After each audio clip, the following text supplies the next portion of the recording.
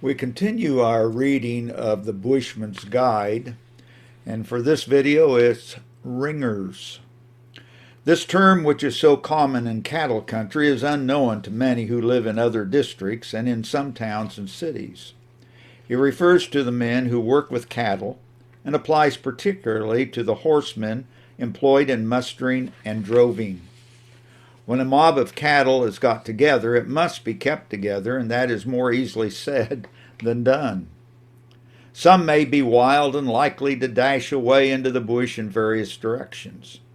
There may be a general stampede set off by any little alarm, or by something more imaginary than real.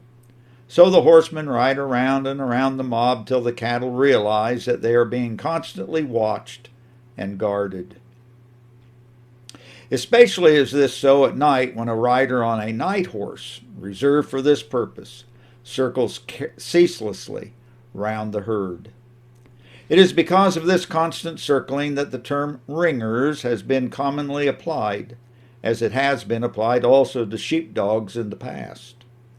In the course of life, we too need the protection and guardianship of someone greater than ourselves, someone who can encircle us by day and night in joy or sorrow, in strength or weakness, in life or death. It is of little use boasting that we can stand alone. For long and weary years, David, the great poet and king of Israel, was hunted, as he said, like a partridge, by his enemies, living in caves or any shelter he could find. In the midst of these experiences he wrote, Psalm 34, verse 7, "The angel of the Lord encampeth round about them that fear him, and delivereth them." When the great lessons of life were learned, he was saved out of all his troubles. But the ring of protection which David mentioned does not enclose everybody, because there are many who wander afar from it in the way of their own choice. A ringer can only look after the cattle with which he is traveling. He does not undertake to guard all those scattered through the scrub. Even so, if we wish to have the help and protection of the Almighty Keeper, we must belong to Him. We must surrender our lives entirely to His control and care. How many blame God because they fall into trouble, yet do not think of Him at other times?